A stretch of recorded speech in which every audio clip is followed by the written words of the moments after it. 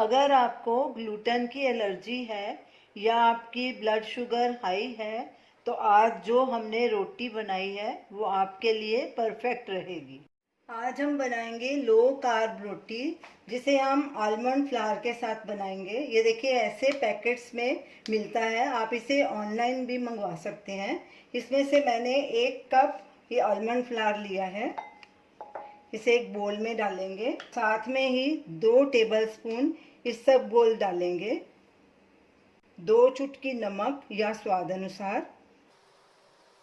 अब इन्हें अच्छे से मिक्स कर लेंगे।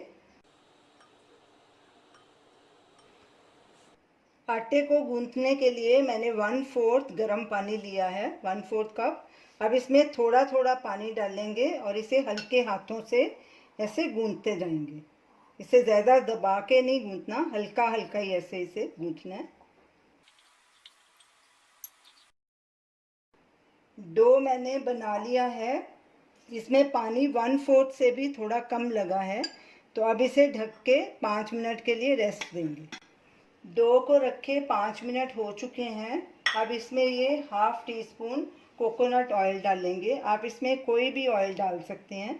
अब इसे हल्के हाथों से नीड कर लेंगे, इसे ज़्यादा नीड नहीं करना। तो चलिए अब इसकी रोटी बनाना शुरू करते हैं। डो का हमने एक बॉल बना लिया है, अब इसके एक जैसे 4 टुकड़े कर लेंगे। 3 टुकड़ों को ढक के रख देंगे और एक की रोटी बेल लेंगे। ग्लूटेन फ्री है ये आटा, इसलिए ये आसानी से बिलेगा नहीं, टूट जाएगा। तो हमने ये 2 प्लास्टिक की शीट्स ली हैं, इन पे थोड़ा ऑयल लगा लेंगे, इसमें हम इसे बेलेंगे। ऐसे सब तरफ लगा लेंगे जहाँ रोटी बेलनी है। हल्का हल्का लगाना है, ज़्यादा ऑयल नहीं लगाना। अब पेड़े को गोल करेंगे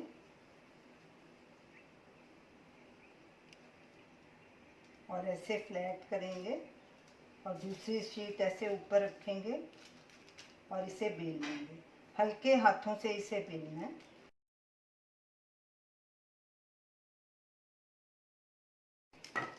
अब जो इसके किनारे कटे हुए हैं उसे ढक्कन से काट लेंगे और एकदम रोटी हमारी गोल हो जाएगी। और साइडें जो होंगी वो आटे में यूज़ कर लेंगे।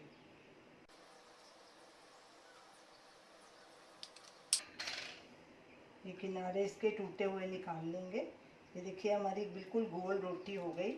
उधर तवा चेक करेंगे। तवा गरम हो चुका है, मैंने नॉन स्टिक तवा लिया है और गैस को लो मीडियम पे रखा है। अब इस पे रोटी डालेंगे और रोटी को तब पलटी करेंगे जब ये थोड़ी सी सिक जाएगी। इसे ज़्यादा नहीं सेकना, नहीं तो रोटी सूख जाएगी। रोटी को पकने में बस 1.5-2 मिनट ही लगेंगे, इसे ज़्यादा नहीं पकाना। अब इसे पलटी करेंगे।